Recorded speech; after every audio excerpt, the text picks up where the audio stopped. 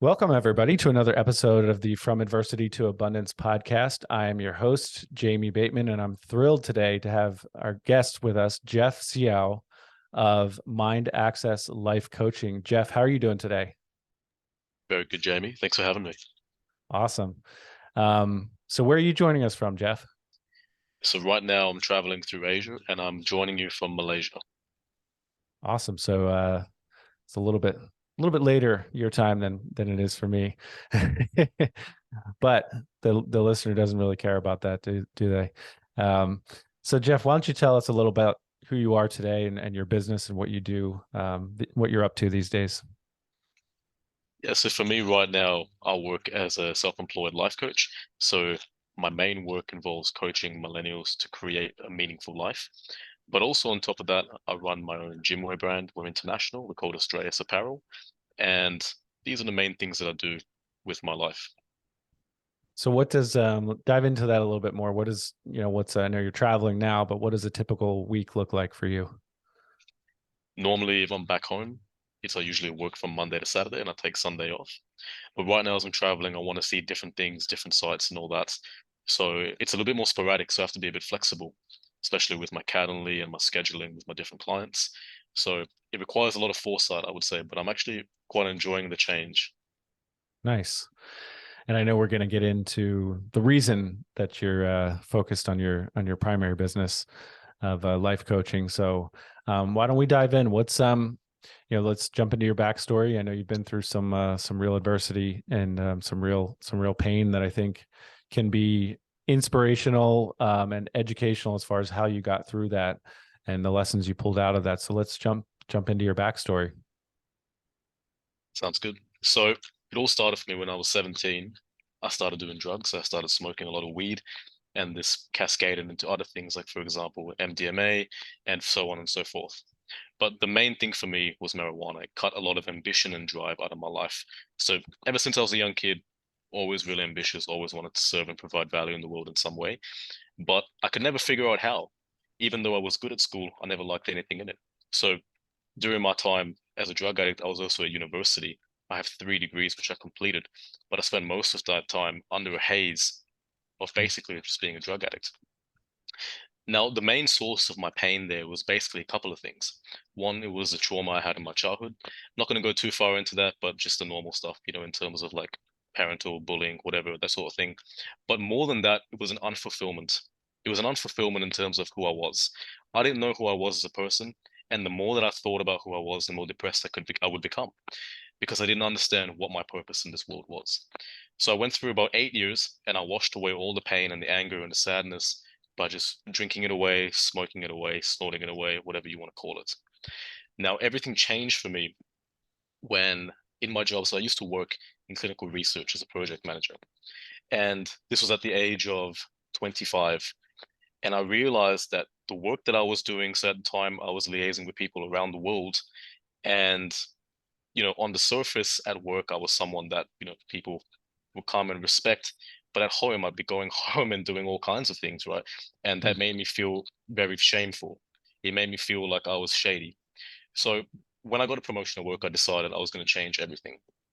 So my plan was to quit everything at once. Tactically failed. So what I did was I made a step-by-step plan to quit first smoking weed, then other drugs, then cigarettes, then drinking, and so on. Now, about 6 months after this, what I did during that 6 months was I had to cut a lot of people off and I had to go into silence and retreat into myself. And all I did during this time was train. I went to the gym. At the end of that year, I created something called Your Daily Purpose, and it's still an Instagram account that I kind of use today. So Your Daily Purpose grew very quickly from 0 to 3,000 followers in about 6 months. I have no idea how I did it to this day. But what happened was when I used to put out content, which was quotes, and I used to write like my own understanding of the quote, hundreds of people would like it, and then they would message me about it. And they would say, hey man, this quote really helped me feel good today, made me feel really positive, and a lot of good messages and questions. And I began to kind of invest more of myself into this personal development route than I was in my own workplace.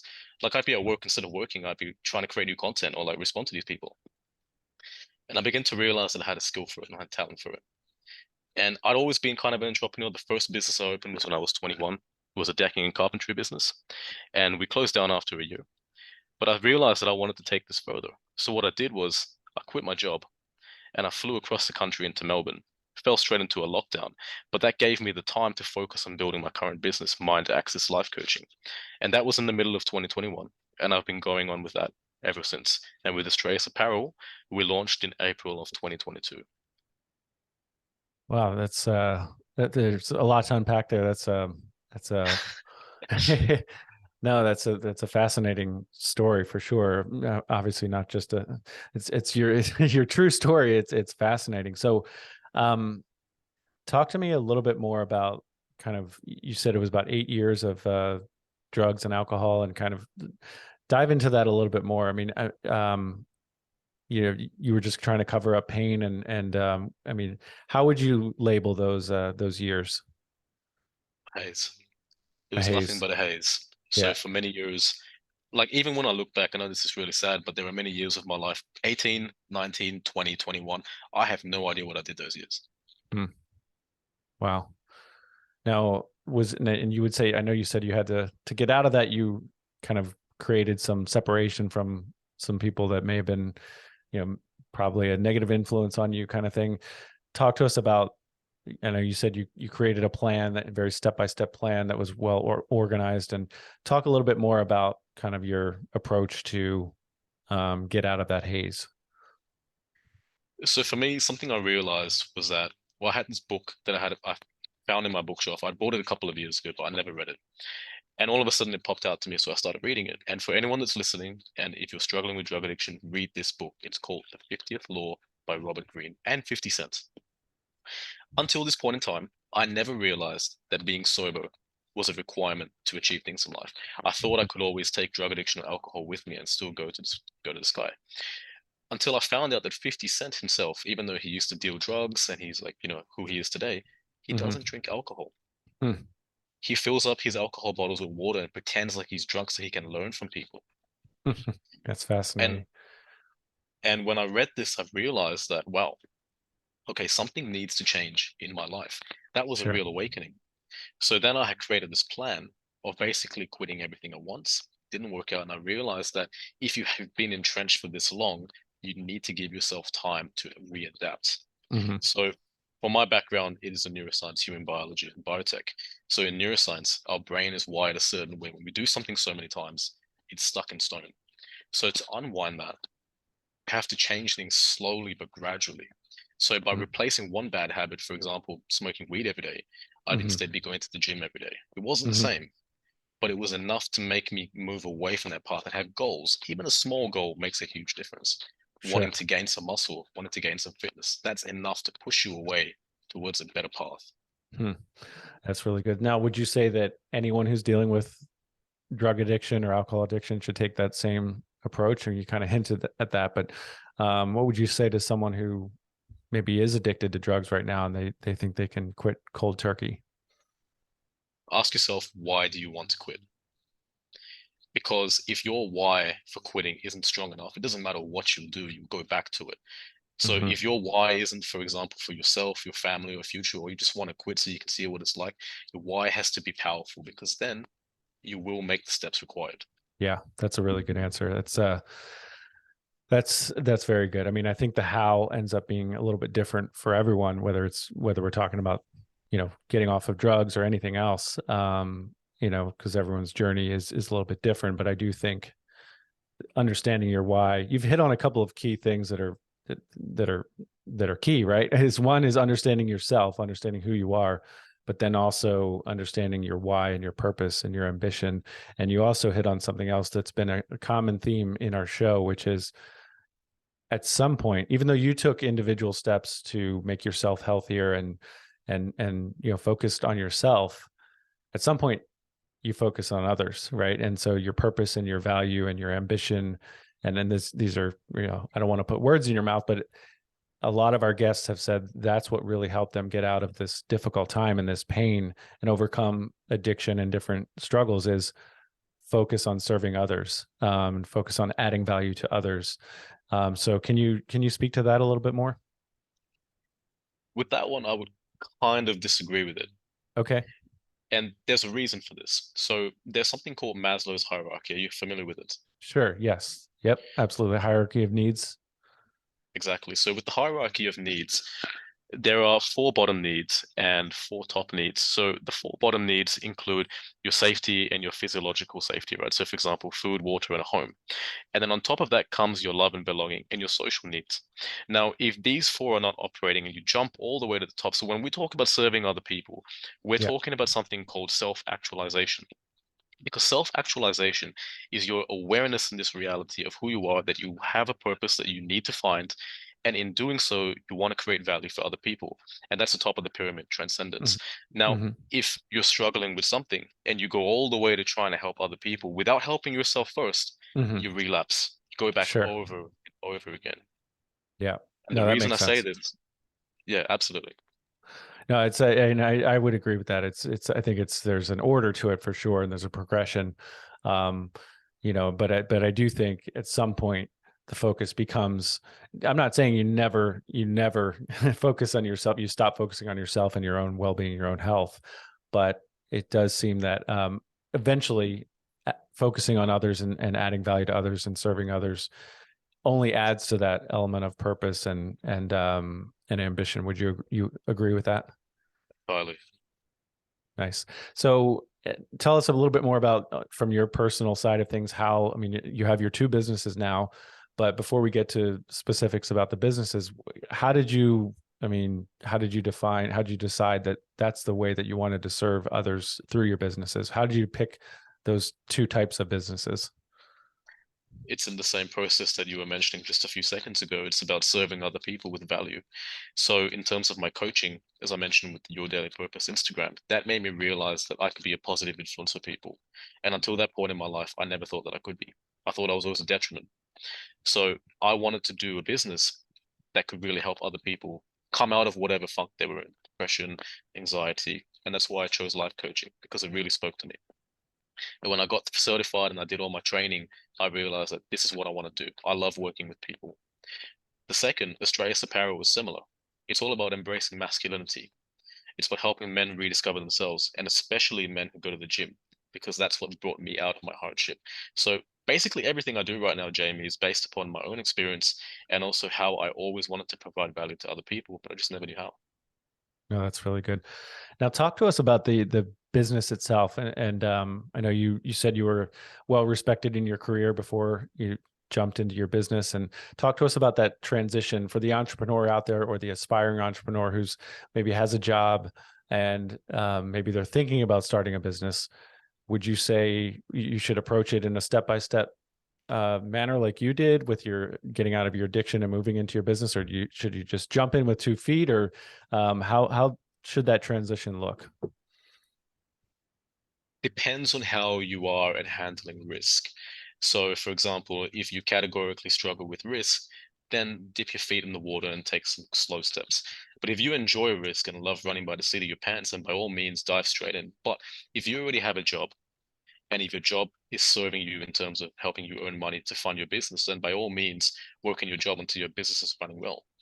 But if your job is sucking away your energy, your time, and your ability to actually make your business prosperous, then perhaps it might be a good idea to reevaluate if your job is serving you or if you're serving your job.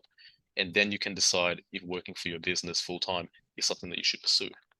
That's really good. That's a well articulated way of saying it depends, which I think is just the truth. I mean, it doesn't always sell as well as the one size fits all answer. But the fact is, everyone's situation is different, and you've got to consider again who you are, who you want to serve, what your circumstances are, and approach it from that angle. So now, tell the listener a little bit more about kind of just starting your business, how that went. Not so much the services you provide, but just the business itself. Is it just you? Do you have a team, or what was the process like in kind of creating your business, your life coaching business, and how it looks, the progression from then to how it looks today? So starting a business is one of the most fun things you can do. It is so enjoyable because you create and you create and you're the master of it. So for when I first started coaching, because I'd spent so long working in academia, my brain was very wired to doing things in a very strategic, efficient way. Coaching is not like that, by the way. Coaching is strategic, but when you're working with people, you also have to consider a bunch of other variables. So for me, it was a very big transition, you could say. So at the very beginning, I had no idea what to. So I finished my training, got certified, but I had started a business before. So I did all the things that they normally tell you to do. Get your website up, get your social media, all this and that, all the stuff that Hmm. they tell you to do. It didn't help me land a single client. Hmm. I worked so hard on my website, so hard on my social media, made content for weeks. Nothing happened. I was starting to freak out Hmm. until I realized that business in the modern day and how it's always been is business is about people. So you have to be very clear upon who you serve, why you serve them, and how you help them. And if you're not, and if you're just grabbing clients from everywhere, then it's not going to help you. You actually define your process of what your business is helping someone achieve. Your Sure. business has to help someone do something or create something with their lives. Yeah. And by getting these foundations clear and finding your North Star of what you want yourself and your business to look like, it becomes a lot easier to redefine everything else to know what exactly you're targeting. Yeah, that makes a lot of sense. You've made a big decision, and therefore kind of the slightly smaller decisions kind of fall into place because you've already crossed off other things. And also, I think, and I've come across this even as in things as simple as defining the listener of our podcast, right? It's, if you can really narrow that down and understand who you're speaking to, you're going to be, if you have a podcast that speaks to everyone, you're really speaking to no one. And so I can say in my journey in this with this podcast, I've better defined since we started it who I'm actually speaking to, the entrepreneur, aspiring entrepreneur, and we've got it kind of spelled out privately as far as age and gender and that type thing. But it really helps you speak to that individual as well. And I think you end up getting a more quality client and quality follower.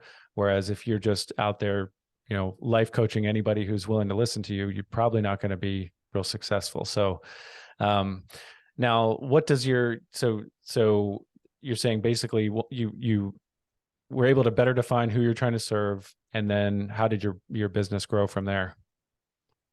So my business grew once I started to do that and I started to actually talk to people. See, in the old school of business, like when I opened my first business, what was it, 6, 7 years ago, you Hmm. put an ad up and it's all good. You get clients. It just Hmm. happens. But today there is a lot of competition and Sure. everybody's using social media. So you have to use social media to create quality conversations, but not in the sense of just creating conversations to sell, because people do that all the time, Sure. but creating conversations as in creating a network, creating a global network of people that you know from around the world. And I've invested majority of my time for the last 2 years building up my network of people all around the globe, so that if there's ever a time that someone needs something from me, I can help them, and likewise. Sure. Well, it sounds like you are focused on actually adding value, not just selling something. And the other thing that comes to mind is social media. People nowadays kind of forget that the first word is social, and that means interacting, right? That means with people, right? So I love that you're using the technology that's out there and the platforms that are out there that most people are on, right? But you're using it in a targeted way, and sounds like trying to build actual relationships, expand your network, add value where you can, and then eventually that value comes back to you. So what does for your coaching business, what does, say you're not traveling, what does a typical week look like, just as far as working with clients? So normally every single day I'd have an availability time that would go from 9 a.m. to about 7 p.m. and people would just book into my calendar. So usually on a normal day, I would have 3 to 4 appointments, whether it's clients or talking to someone or having a networking call, whatever it is, always talking to someone every day. And this is every single day. But when I'm not doing calls is when my most important work happens. Hmm. Because you see, a lot of the time we focus so heavily upon clients and we focus so heavily upon, I'm going to make more money from a client. But I look at it as the other way around, because the time that you don't have clients, you can focus heavily on the deep work. How are you going to improve your business? What content are you going to create? What other structures and systems are you going to do to support other people? How are you going to create different ventures? Are you happy with where you are? You've got to be considering all of that. And the downtime between appointments is usually when I'm at my busiest. My brain is always working at a frantic pace. Mm-hmm. That's good. I've read the Cal Newport's book, Deep Work, and then there's another one he wrote about a world a world beyond email or something like that. But and then a third book I read, which is about scheduling structured thinking time, which I haven't fully implemented, but it really gets to the point of what you're talking about, which is respecting that time and blocking off that time to create space for yourself, for that strategic and deep thinking. So now, what's the kind of for your life coaching business? What does the your typical client look like? You mentioned mostly millennial men. Is that true? It's not always men. Sometimes they're Okay. women too. Okay. Gotcha. So what's what type of issues are they potentially dealing with, or how have you found that you've been able to serve people in that business? Ironically, every single client that I've had has wanted to become an entrepreneur, Okay. which makes me think I should probably niche down even more, because all of my clients have either been in a job or been without a job and have just been stuck and they hate where they are. But they Sure. all have an idea. They all have an idea that they want to do something that they're passionate about, but they just don't believe they can get there. So here's what we do. We unpack everything. We get very clear on their vision. What is it exactly you want from life? Hmm. So clearly that you know, okay, this is what I'm going for. I'm not going to change my mind. This is what I want. Yeah. Now, the next thing we do is we look at all the obstacles. Self-belief is one, but there's many more. There's trauma, there's confidence. There's not an understanding of that they're good enough, imposter syndrome. It's endless. And we dive through all of this. Hmm. And once it's all out of the way, and it can't not going to be all out of the way, but majority of it's out of the way, we take everything we've learned and we refine it into a strategy. And the strategy works like this. We go all the way into the future, about 2 to 3 years. Any more than that, it's kind of a bit difficult because things change. And we Sure. reverse engineer the whole process to daily actionable steps. And similarly to how before you were talking about scheduling time with yourself, what I do with my clients is I show them exactly how to turn their big goals and their vision into daily actions that you schedule for yourself to work on so that you actually make progress every single day. Oh, that's really good. Yeah. James Clear is coming to mind as far as habits and that kind of thing. So, and they're both critical. It's, you need your goals. You need to understand what your North Star is, where you're actually headed. But the reality is you're not going to get there if you don't have daily habits like you're talking about. So I love it. So, I've got a few questions for you here. What's one thing that people misunderstand about you? That's a good one. Mhm. I'm not really sure how to answer that. I'd have to Okay. ask someone else. Yeah, I mean, okay, no worries. What's one of your biggest failures or regrets, or something that you'd like to have a do-over with? Yeah, actually, this is funny. I was talking about it to a good friend yesterday. One of my biggest regrets was not becoming a doctor. Like, I had spent so much of my time aiming to be a doctor, but here's the self-sabotage cycle I used to always do, right? Every time I had the medical exam, I would always get drunk or stoned the night before, every single time. Wow. And I did the medical exam 3 times, but I didn't necessarily study super hard either. I studied for about a month beforehand, but I'd always sabotage myself. And this is when I was much younger. And tell me, so why do you think that was? I mean, it wasn't just out of boredom because you needed something to do that night, right? No, it was fear. It was fear that I wasn't going to make it anyway, so I had an excuse. Got it. Okay. Hmm. And you did that three separate times, you said? 3 years in a row. Wow. Gotcha. Okay. So if you I mean, are you going to go back and try that path, or no? I won't be doing it because when I worked in clinical research, my job was to work with the top specialists around the world and in Perth. And I used to always look at them, put them on a pedestal because I was like, wow, this is like my dream. But when I Hmm. used to work with all these specialists, like the kidney, the heart, whatever it is, I Hmm. realized that it's not what I thought it was. Mm. All the time, I thought of it as a glorified role. And, you could help other people. But when I see these specialists, they work Yeah, hard, man. They work sure. 12, 16-hour days at the hospital and they're struggling in their own personal lives in a Sure, real deep sure. manner.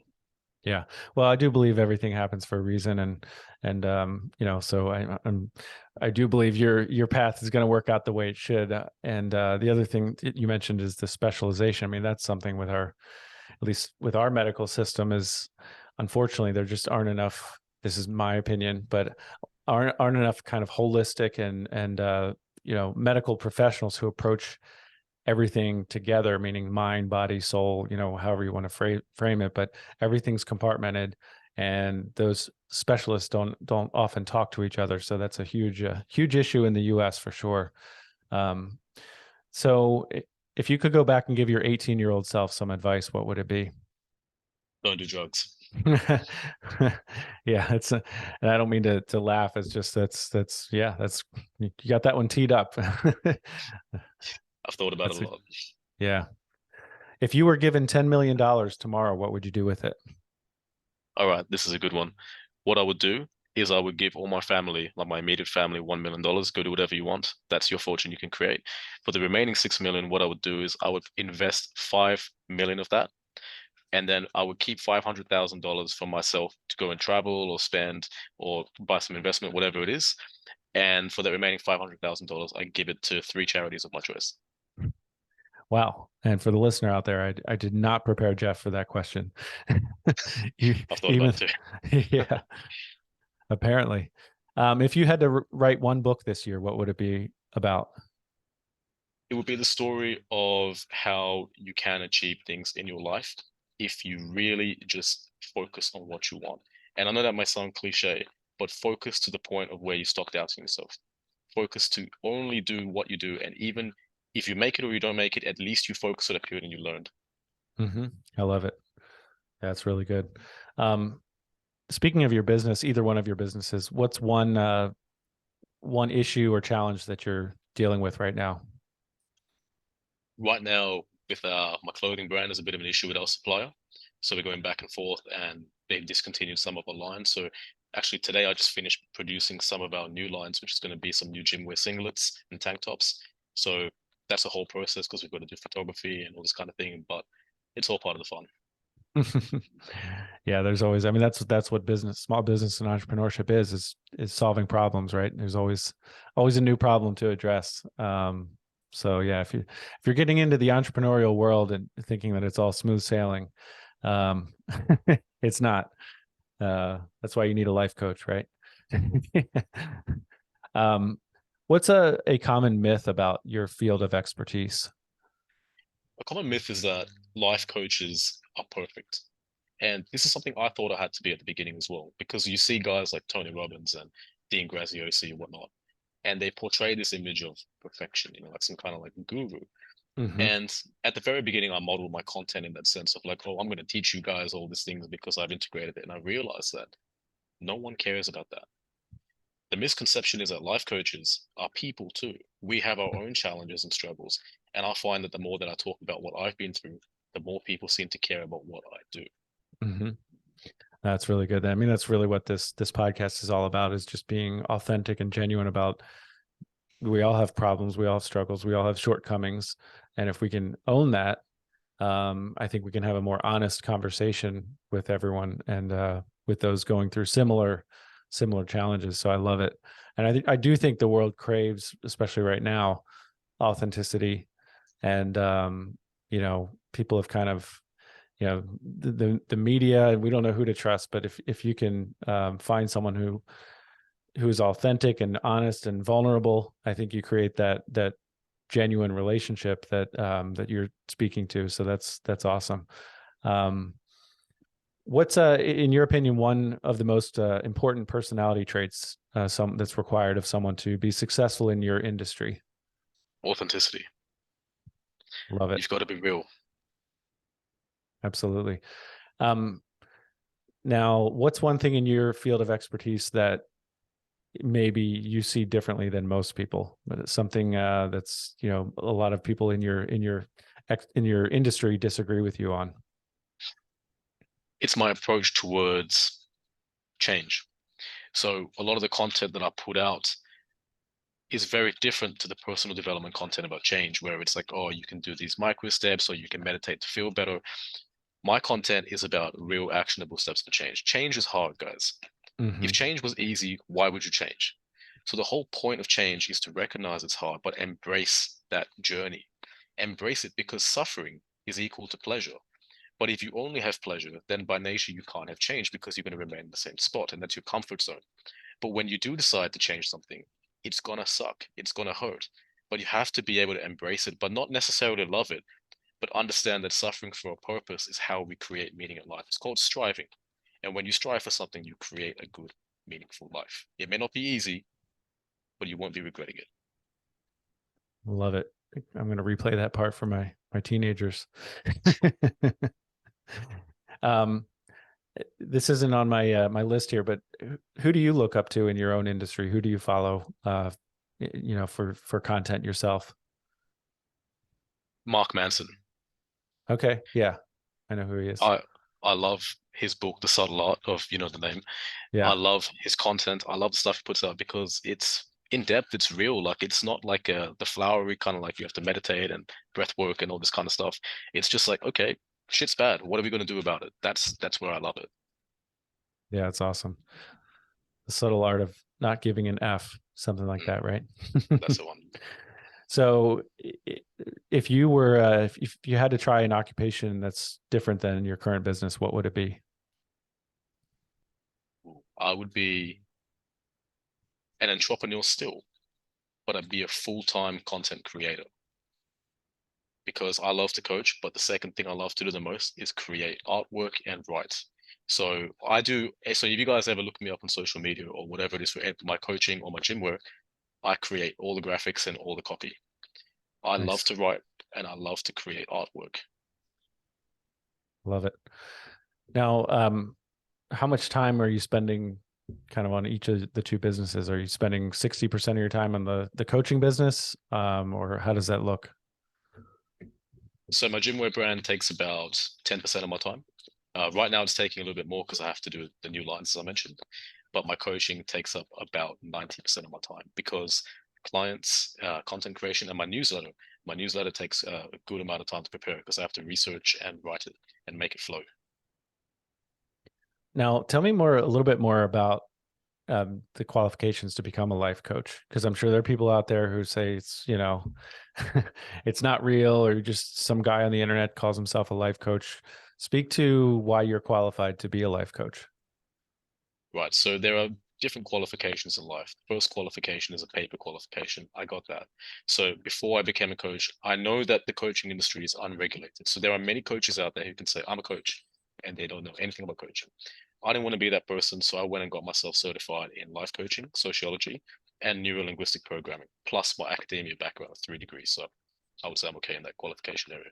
But the second area is life qualification. If you haven't been through any hardship or pain in your life, how could you help someone else do the same? You'd be lying to them. You have to Yeah, relate to other people's problems to help them in the first place. And I think that those two are the main criteria to be a life coach. And if someone doesn't have that, you should be questioning if they are correct to be your coach. I'm glad I asked that question. That's really good. It's a really good response. I mean, you've not only are you an entrepreneur, so you can give advice to entrepreneurs on how to create a business and how to add value to others, and to um, gain clients and all the tactical parts of opening a business and running a business. But you've also been through 8 years of a haze and then set up a plan to overcome that adversity. I know we kind of gloss over that like it's no big deal. Oh, 8 years, but I mean that obviously there was a lot of pain, and pain from prior to that time and during that time that you went through, and a lot of struggle, and that absolutely, I couldn't agree more. That absolutely qualifies you to speak to certainly that type of adversity. And also, you've pulled out many lessons from that type of that adversity that you've been through.